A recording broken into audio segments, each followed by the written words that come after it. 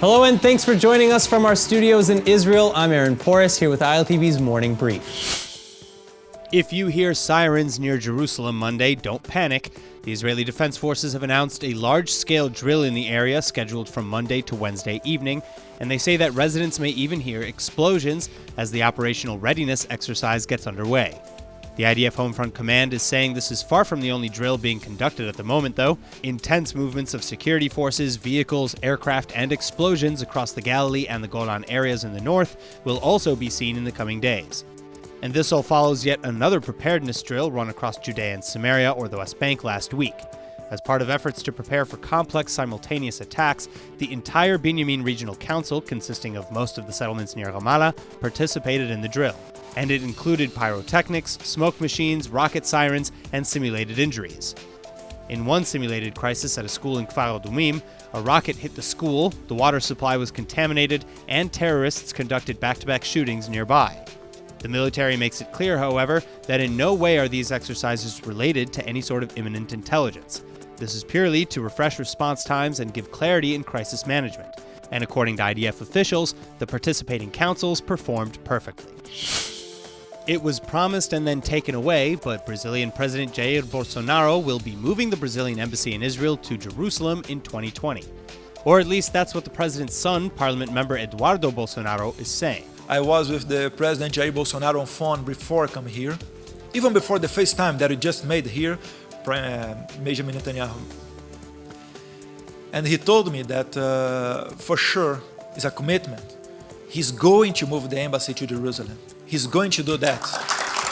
The announcement comes as Brazil opens up its trade mission in Jerusalem, which many see as the first step towards the full-fledged embassy. And Eduardo Bolsonaro is defending the move, saying that in recognizing a nation's capital, Brazil is doing a completely normal thing. But rhetoric aside, the embassy has yet to be officially approved, and the road just to this point has been fraught with uncertainty. President Bolsonaro promised both before and after his election that he would move the embassy to Jerusalem as the United States and Guatemala have already. But he backtracked on the move in fear of upsetting Arab partners. Still, Prime Minister Netanyahu and other Israeli officials are, of course, thanking Brazil for the recognition. Obviously, we respect and appreciate President Bolsonaro's commitment first to open this office, which was something we decided on his visit here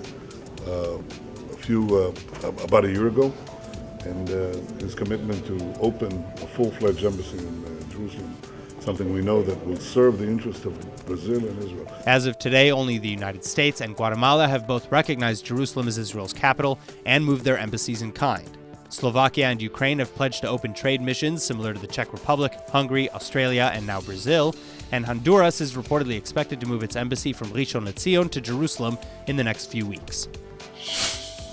The shooters had meant to kill 50 yeshiva students in a school next door to the kosher Jersey City supermarket, where 3 people were killed on Tuesday. That's the latest from Jersey City Mayor Stephen Fulop regarding last week's shocking terror attack in Jersey City targeting the local Jewish community. And the mayor says it's becoming increasingly clear that children were the target as New Jersey officers continue to find evidence from the horrific scene.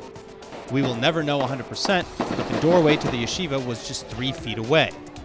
The shooters, who were both killed by police in an hour-long shootout, are known as David Anderson, 47, and Francine Graham, 50. The two are believed to have carried out the attack out of hatred of Jews and law enforcement, and now investigators may have new information. 35-year-old Ahmed Ahadi has just been arrested in connection to the attack for illegal firearms possession, but it's not yet clear what his involvement in the mass shooting was.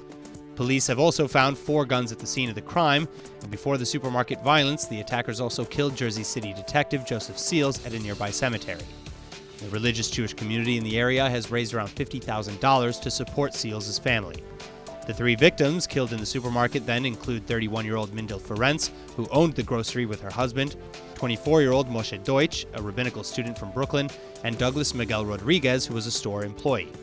This update comes also following several other anti-Semitic incidents across the United States.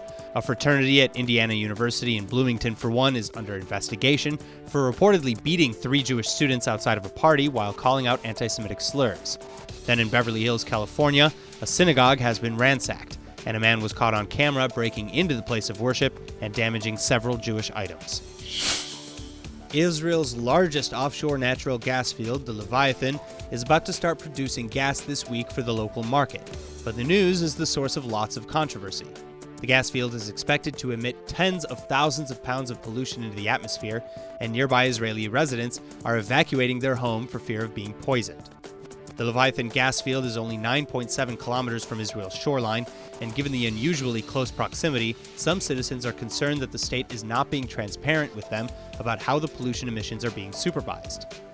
The Israeli Minister of Environmental Protection, Zev Elkin, claims that evacuating the towns near the gas field is irresponsible, and that the accusations do not make any sense, saying that should air pollution rise significantly during the process, the state will not allow the field to continue operating.